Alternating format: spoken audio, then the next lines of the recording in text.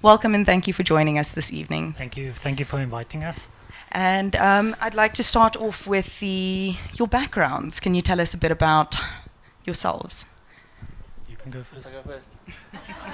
Okay, so came to Bloemfontein to study engineering at the CUT, and then found everything that I needed right here. So I found my wife, and we started building a family here. And then I had to go for training after I got my qualification. I had to start at a engineering consulting firm, so that I had to sit behind him and learn how to draw on a computer. And so then we became really good friends. Just from doing that, he couldn't check his private emails for a few weeks, and he couldn't play so he had to work for 2 weeks. And so we developed quite a bond, and we had a few years of friendship. And then like he trusted me when I asked him to create Elude escape rooms with me. Yeah, my story is a bit different with the trust side, but I'm born and bred Bloemfontein. I've been here my whole life.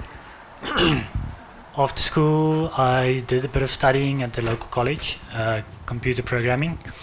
After that, I did a few things, and then I went overseas for a year. And then when I came back to Bloem, I also decided to study civil engineering. Then I started working for the same engineering company as the one that James was working for. And yeah, where I'm at now is at another engineering company. But just to add to James's story, we became good friends. And then eventually he came to me and he said, okay, but I must just explain something. James is somebody that comes up with 100 ideas, and we test all of them, every week, every month. And then I saw that, okay, he came to me, I think it was around June or something.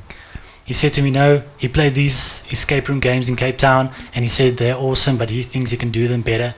And then I said, okay, let's do this, James. And then it died down a bit, and I thought to myself, okay, I'm going to leave him, because if he's serious about it, he'll talk about it again. And I think it's around October, when for his wife's birthday, he said no, he's going to build a makeshift escape room in his garage, and he's going to let all of his friends come and play. And then it was actually quite nice. Everybody enjoyed it, and that's when I saw, okay, this idea is sticking. So let's give it a go. Yeah. And as engineers going into business, as you mentioned, you did it as a hobby. What inspired you to or pushed you to actually start a fully fledged business out of the escape rooms? Okay, well, for me, it's you always gotta get yourself busy with stuff that really makes you come alive and that you enjoy. And so the whole thing of creating something that people enjoy is what brings me a lot of satisfaction. And then also what we do is we're very analytical of everything that goes on in our city, because Bloemfontein, well, first of all, South Africa is a few years behind the rest of the world, and then Bloemfontein is a few years behind the rest of South Africa. So if you are fortunate enough to get out of Bloemfontein and you go see the big cities, and you see, and if you're even more fortunate to go overseas, you see what really is making everybody excited, and you're like, okay, well, nobody's trying it here, let's be the first. So you kind of have a huge advantage to be in Bloem, because you can literally copy and paste stuff that work outside of Bloem, in Bloem. And then it was a stretch, because to copy and paste an escape room is probably not the kind of style that people enjoy doing here in Bloemfontein. Like it's the recreation up to that point was putt-putt. The go-karts was dying. You had the cinemas, paintball. And then you had paintball. And then people were basically drinking in pubs. And so we had to create something that people could try and do. And then the harder part was to try and make it a demographic that's young and old.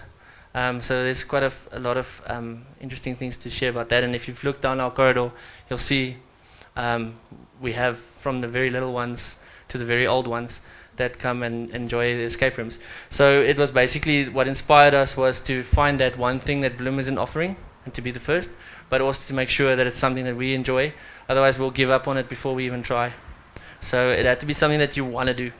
So it's a lot of fun. Like you actually got, I don't know about him, but you actually get tearful when people are playing the room that you created, that you took a very long time to design, and you're watching and hearing them on the, you're watching them on the camera, you're hearing them over the microphones and stuff, and they are getting so passionate, and they start yelling at each other and swearing at each other, and they start calling family meetings.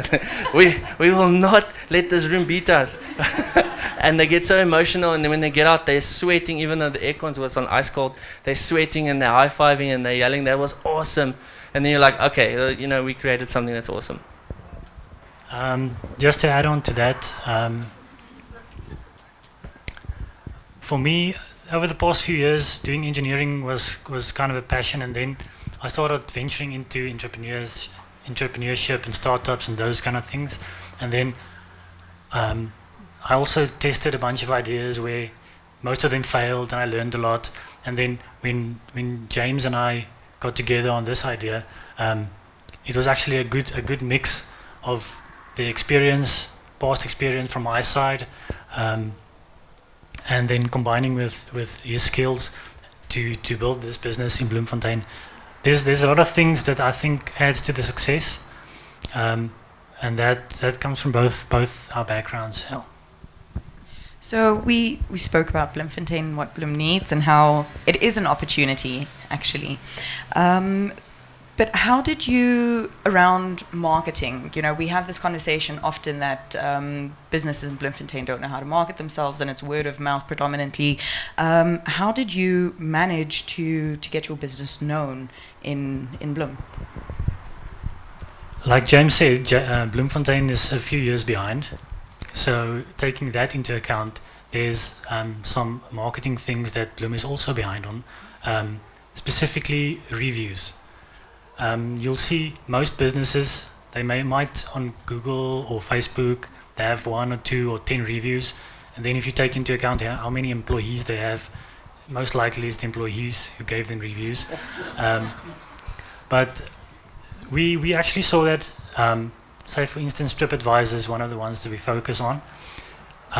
If you go look for things to do in Bloemfontein, you find stuff like the War Museum, the Vrou Monument, and what was the other one?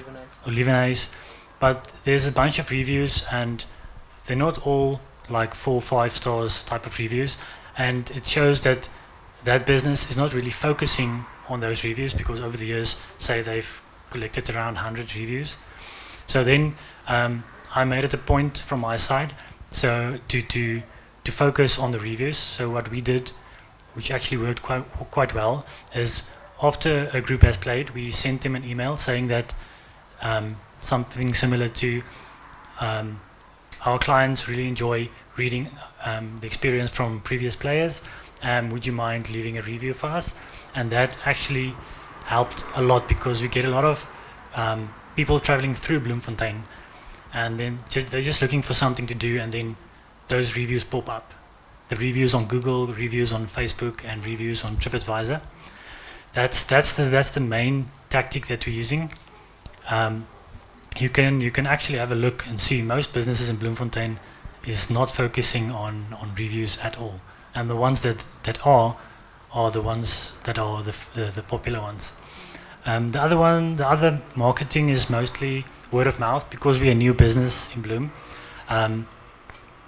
That has also worked out a lot. And then basically Facebook. I don't know if you guys have seen, but on our Facebook group, we just take a photo of the group that's played, because they're still excited and talking about it afterwards.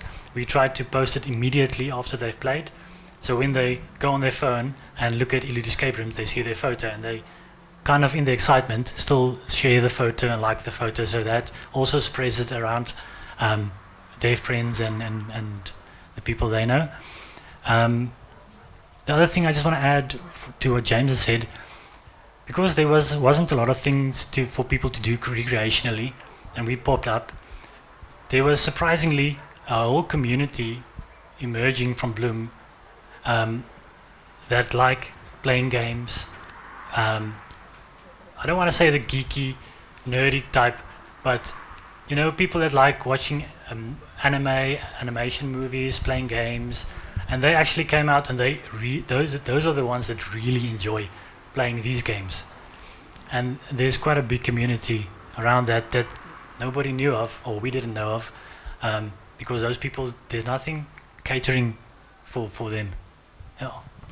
Absolutely. So going back to you guys didn't start this business, you know, that this is what you wanted to do.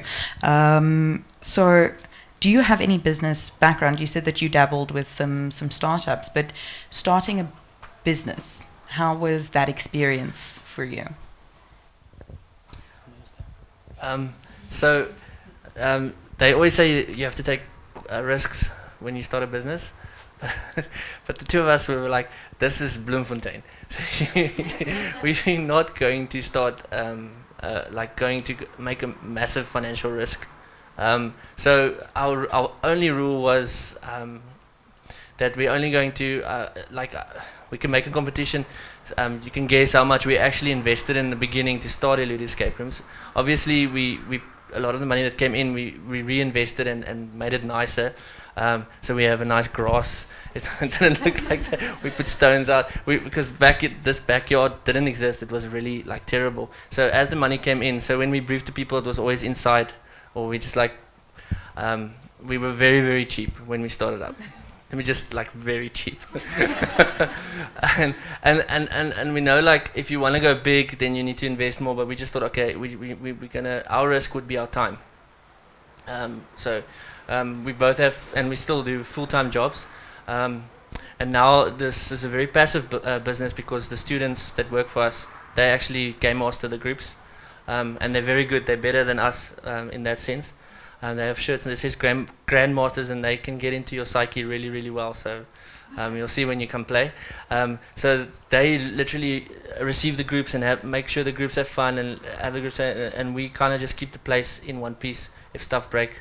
So if Burkies come and cut the place up with their Leathermans and stuff, we come and fix that. So that's our, and that's always after hours because we work full time. So we get a heads up that something's broken, and then we have to bring our toolboxes and stuff. So our investment was our time, and so it was daunting because and then obviously what I'm trying to say is we accepted that it's not going to make money.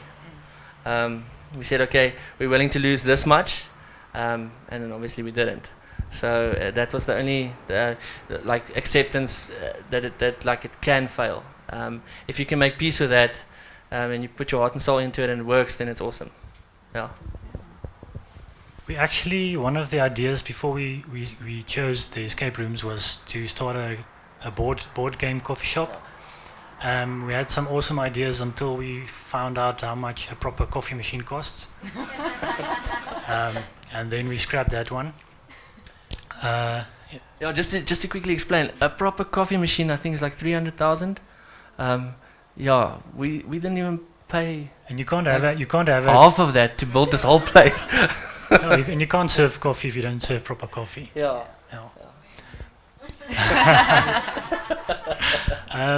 My background with business, like I said, is testing a few ideas. Seeing what works and following all of those failures, if I can say it like that.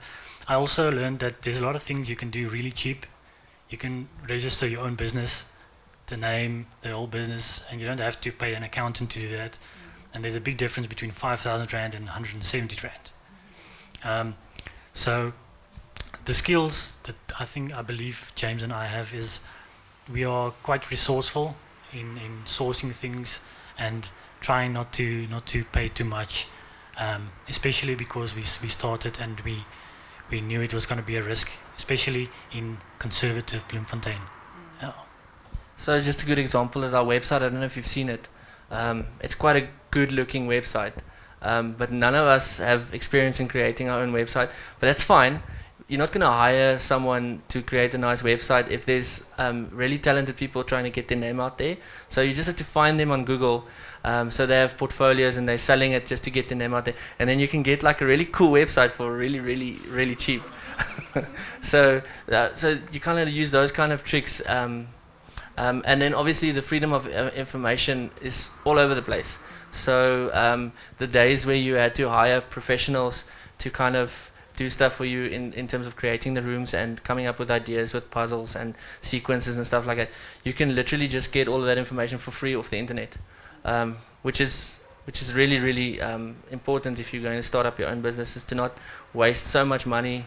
I know a couple of companies, just the counter cost them like 60 grand, but we built it for like 1 grand out of ourselves, kind of thing, So you just kind of download a cutting list from some guy that drew it for free and left it there, and then you just kind of download it and send it in to have it cut for 40 rand, and then you just put it together with screws one night till 12 o'clock at midnight.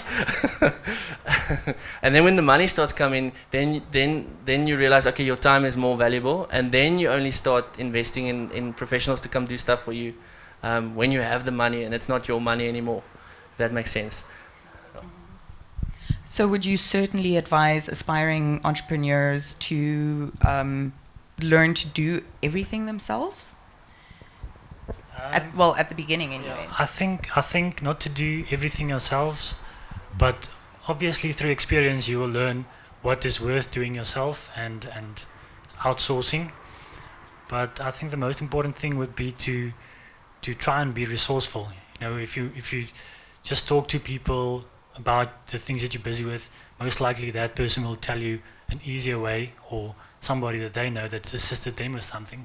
So I think it comes with a bit of experience, playing around with ideas, and not just throwing money at stuff if you don't have.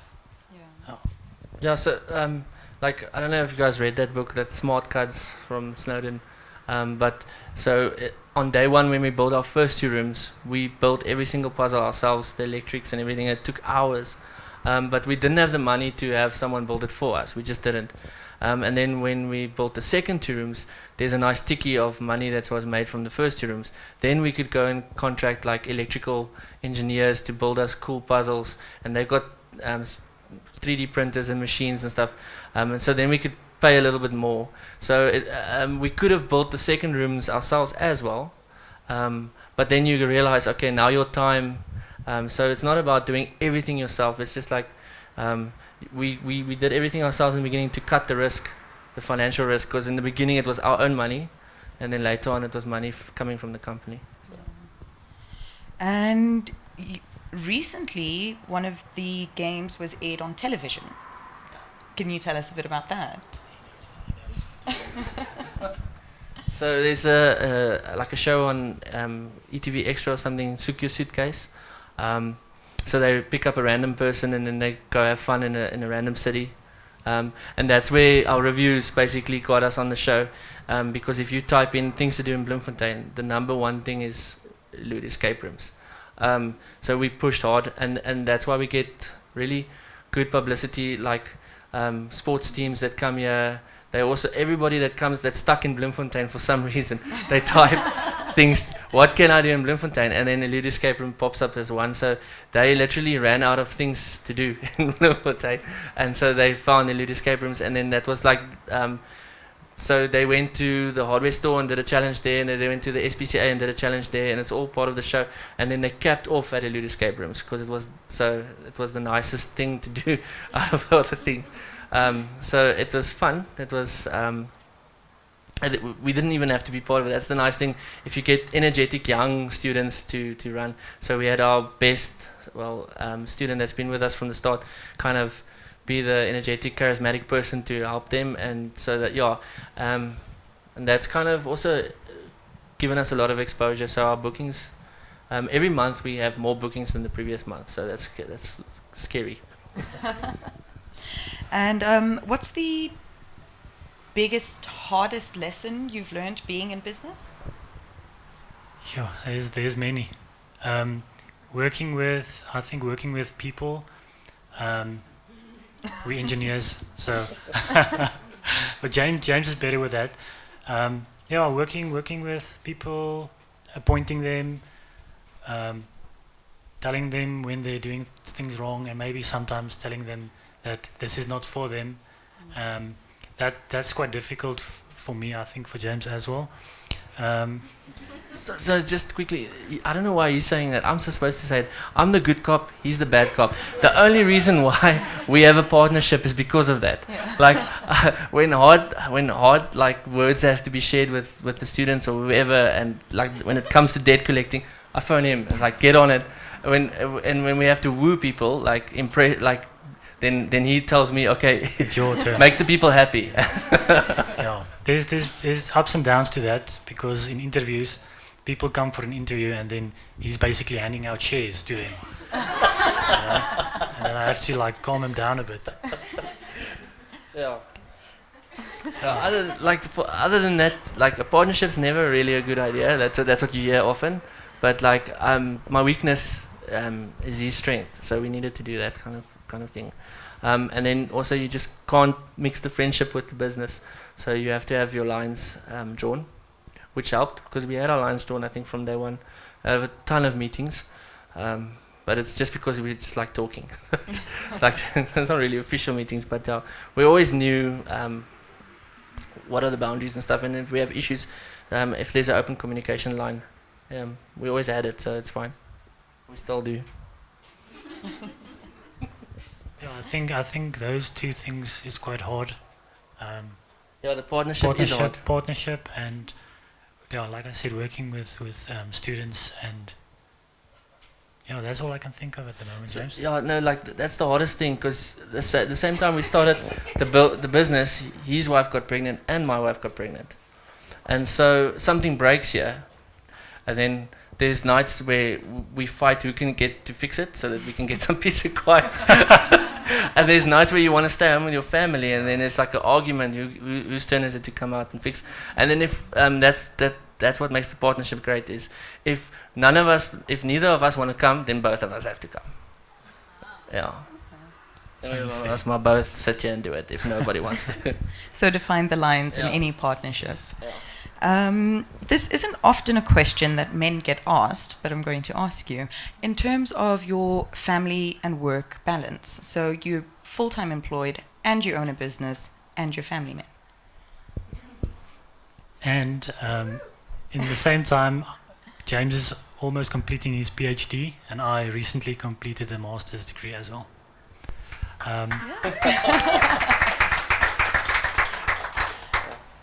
Yeah, it's difficult to plan your time and to how can I explain, to juggle everything, because the family has to support you, understand that you're busy with things. Your family is also busy with things, like my wife, she has to do her own things, and then one of our plans from the beginning was to try and build this business to be automated as far as possible, so that we don't have to be here to make money. Yeah. Mainly because we are working full time, and those hours are basically for our full-time employers, and that's also one of the things that was difficult for us to try and build a business that can run on its own without us intervening, and also keeping the costs low, because it's easy. That's one of the things that we learned. It's easy to appoint someone responsible, and obviously you have to pay them enough to be responsible and stay, and to how can I to balance to reach that balance, that you get responsible, good employees that do stay and run your business for you without it costing you all your profit every month. Yeah. Just like the beauty of this, and this is like an inside tip, or like a little secret of Elude escape rooms. The beauty of this specific kind of business is you can put family first by closing the bookings. So if there's a day where we just don't want to be involved with Elude, we close the rooms so nobody can come play. The cool thing about that is, then when someone wants to come play, sure, these guys are busy. I can't get a booking in this place, and then they want to come and play even more, and so they'll come on a day when it's open. So it's not like we lose business. Yeah. Where in other kind of companies you do lose business if you close, if your doors aren't open. But because that's also our biggest disadvantage, because if you've played once, you can't play again until we've changed the rooms.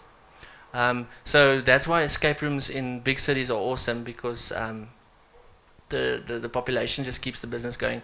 So Cape Town's rooms are like 7 coming to 8 years. They have escape rooms there that they haven't changed for the past 8 years now. They have not changed anything in the room, and they are busy. We could have probably gone another year, but then I got itchy. I didn't want to. So, but we basically had our 2 rooms for a year, and then we changed them, and so now these 2 are now up for 6 months already now, just over 6 months, yeah. But I suppose a room can go for 2 years in Bloemfontein, whereas in Cape Town it can go for 6-8 years. Well, I don't know. They're still not changing their rooms, so it might even go for 10 years. But yeah, so that's the thing about this. You guys mentioned technology quite a lot, whether it's learning or the end goal to be fully automated. What is your view on technology in business? My view, one of the things that I would like to do in business one day is to start a business, automate it as fully as possible, and I think it's also possible for existing businesses. A lot of them are still doing things old school, especially in Bloemfontein. You'll find businesses that don't have websites or even a proper website, just to mention that. And but my personal view is I'm all for automation. I know a lot of people are against it, job losses and those kind of things. But I think if you can include technology in your business as far as possible, especially because we're in a connected world, you can include things that people are using maybe in the UK or the US to make your business work smoother. I know something interesting. There's a bank in the UK that is only running on an app. So, and because they're a startup business, they can innovate very quickly compared to the big banks that are big companies. And my brother is actually in the UK. That's how I know about this. And they quickly update and innovate and bring features that people has for many years been complaining about. Why is the bank not doing this? Why is the bank not doing this? So I think we'll see a lot of automation coming. Maybe we'll lag behind a little bit, but you'll definitely see it coming, and it will be up to the existing business owners to include or integrate as far as possible. James. Yeah, just like our website, our booking system, like people make the bookings themselves on the website, and then it's automated to his phone's calendar and to my phone's calendar, and it gets sent to me as an email and to him as an email, and then we get the details of the people and how many there are, all to our phones, and then I send a WhatsApp to one of the students, hey, can you do tomorrow at 2 o'clock? And they reply, yeah, sure, and then they have their own keys, they come, they do the group, they lock, and if nothing's broken, that's all we have to do to keep Elude escape rooms going. So that was the plan, and so a lot of that's because of technology and automation. Yeah. So, do you guys collaborate with other businesses at all? At the moment, we are not collaborating with anyone. We have tried to do catering because we had a lot of requests for people coming in to have something to eat afterwards or so. But in the end, to facilitate automation more, we decided to steer away from that, because now we have to organize food for somebody, go pick it up, or organize for it to be dropped off, clean afterwards. So we decided in the end to focus more on the core of the business, is the escape room games, and then to facilitate people, we just tell them you can bring your own catering, but we can supply you with a nice caterer that we've used before. We have thought about partnering with other businesses, like with maybe guest houses who's got guests coming to Bloem and they're looking for things to do, a hotels or so, but we never actually got around to that, James, eh? It was never necessary because we just kept getting bookings, so we didn't have to try and innovate how to get more bookings in. So I suppose you can if you want to be more busy. We don't want to be more busy because we want to be with our families and stuff like that. And our students, they have their classes and tests, so they're not always available. So we don't really want to be more busy. If we do, then we would obviously incorporate more partners. And a lot of people has approached us and used escape rooms, Elude escape rooms, for their own benefits. Kofsies, we're official vendors for them, so they send their honor students often and their departments, and so we get a lot of because this is kind of like a team building for them. Because it's amazing if you don't like a person, but now you have to work together to escape. The better you work together, the quicker you don't have to be in each other's company anymore. So it's a perfect team builder. Like, you have to work together to get to not be together. And so like, we have a lot of companies that's now like want to sign us up to be like constantly send their teams and stuff to come and do team building and stuff like that. But like Heinz said, if people want to utilize our rooms for their own businesses, like their own catering business or their own whatever else they do, meetings afterwards or whatever they want to, we open to that. It's not like we want to own that part of the business as well.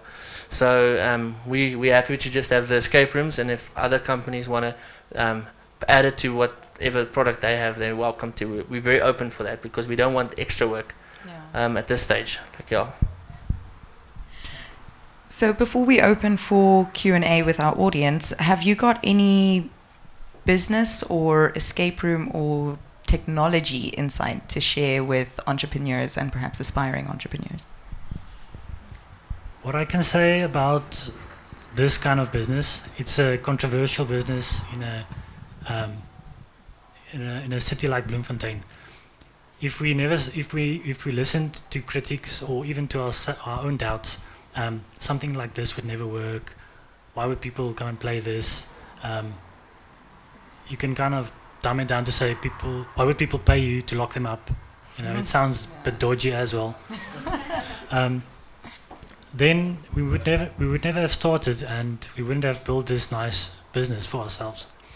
So my advice is doesn't matter how crazy it sounds, doesn't mean you shouldn't do it anyways. The world is changing so fast. There's new things popping up everywhere, and you can be one of them if you're not afraid of critics. Yeah, just very interesting. A lot of our close friends have never even been here before. That's in Bloem. They haven't even played our rooms, and the reason for that is because it's us. So hide your face.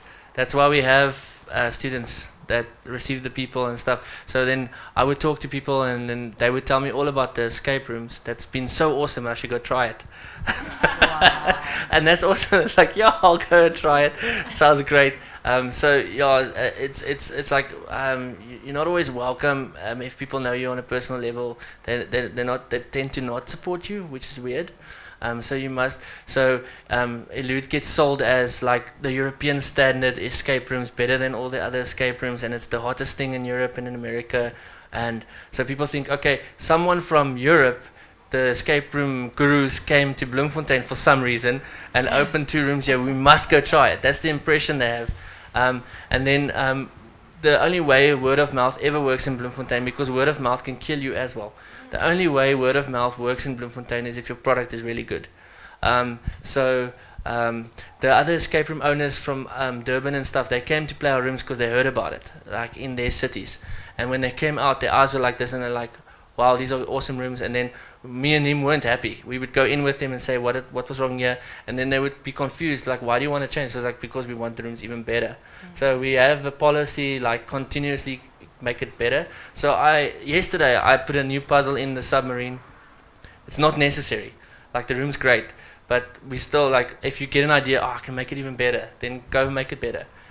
So that the next group comes in, they like, sure, wow. And the problem with word of mouth is people expect a great room if their friends say it's great. It's like a movie when everyone says it's an awesome movie and you go watch it, it's not really awesome. Yeah. So the same with the rooms. So we have to continuously improve. If you played our old rooms, you'd be impressed. And then if you play the new rooms, you'd be even more impressed. If you played the new rooms, you'd be impressed, and if you played the old rooms, you'd be like, "What the hell are these guys are going backwards?" So these rooms are so much better than our old rooms. So we have to. So if we do make 2 new rooms, we're gonna have to really like pull out a lot of things out of that to make them better than the two that we have now, because you have to be better with everything. Continuous improvement. Yeah. Gentlemen, thank you so much. This has been incredibly insightful. Have we got any questions?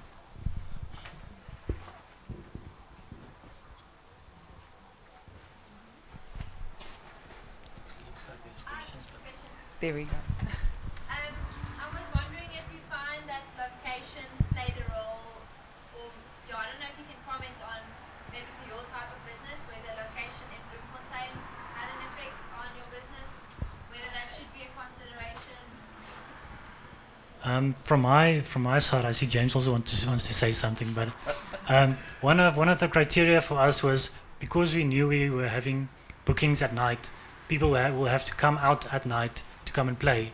So we tried to choose an area that seems more safe to come out at night, if that makes sense. That's the one thing from my side, James. It's the total opposite in Europe, like complete opposite. Part of the game in Europe is to find the rooms. So it'll be these like dark alley places you go down, and then you like, where's him? How did we were running up and down the street past the escape rooms, I think like 1,000 times, without knowing this is the escape room. It's like, no, it can't be. It is. And then and it's like the most weird, like it feels dangerous. And then you'd find the room, and then you'd step into this whole different world. In South Africa, we have crime, so we can't send you into like East End in like a warehouse to find us. It'd be cool, but we can't do that. So we had to make it like an area that people trust. That was like crucial, an area that people trust, that they can have safe, secure parking, where our game masters feel safe when they work late at nights and they lock up and stuff like that. So yeah. Anyone else? No. All right. Well, each of you got a puzzle when you arrived, and Elude is giving away a prize, so we'd like to do that draw. Have you all submitted your puzzles? So some of you are saying the puzzle's quite hard. So we won't penalize you if your answer's wrong. So if you want to write anything on a paper and submit it.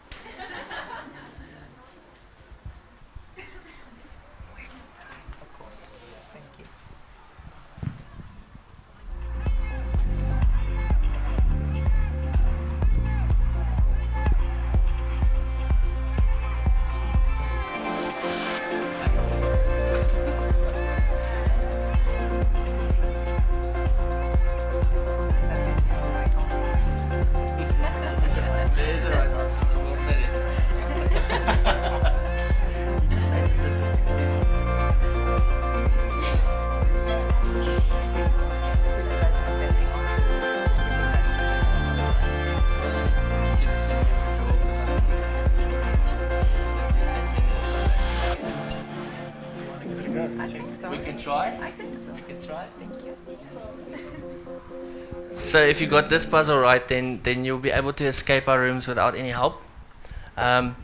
It's never happened, by the way.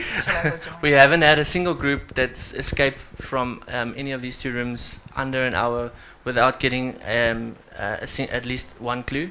We've had a few groups that's gotten out with 1 or 2 clues. The average is about 20 clues that you need to escape. So yeah, but like, don't feel intimidated now. The room has to the room has to challenge you, and a clue isn't an answer. It's just a clue. It's like, have you looked here? And you're like, oh, let's look here. So yeah. Should we do a random draw? Yeah.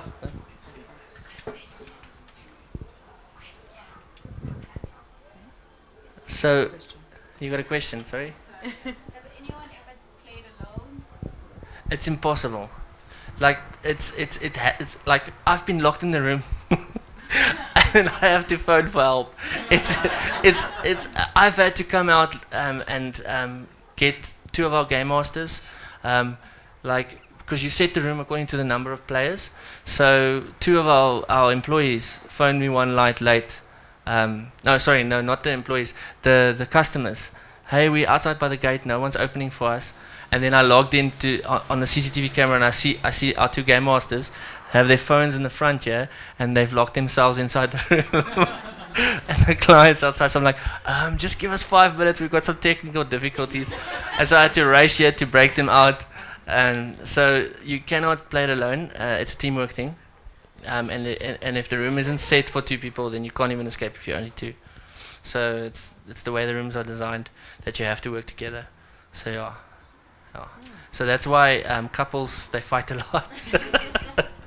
But a good fighting, like constructive fighting. So yeah. Based on the fourth industrial revolution, because we're currently in that, right? So what I was thinking, virtual reality, because you're saying that all the game masters, or not game masters, guys from different cities are coming to play with like your games, and they're so amazed at it. So what would the prospects be of you guys actually delving into virtual reality? And because I just thought now getting a warehouse in Durban and actually playing the game in that warehouse in virtual space. It's funny you say that because that's the only guys doing it now in South Africa is Durban.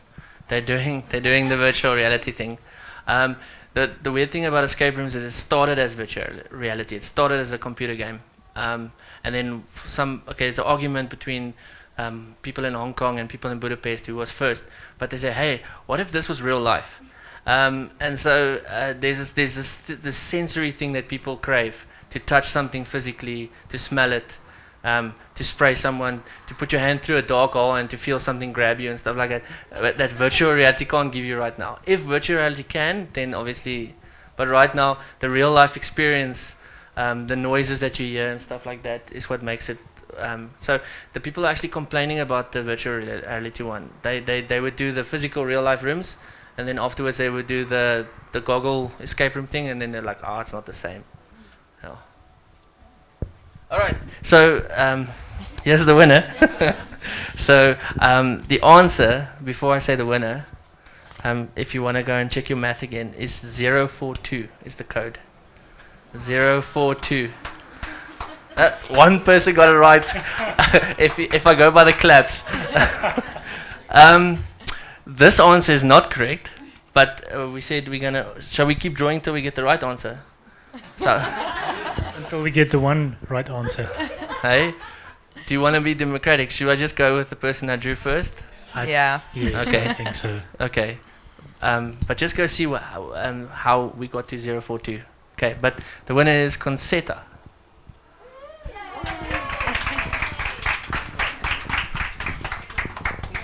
Congratulations. James and Hein, thank you so much for your time. It's been incredibly insightful, and I know for sure I'm going to be booking to play soon. So thank you very, very much. Ladies and gentlemen, thank you for joining us. We will be open for a little bit longer. Please get to know somebody new, and we look forward to seeing you next month. Good night. Thank you.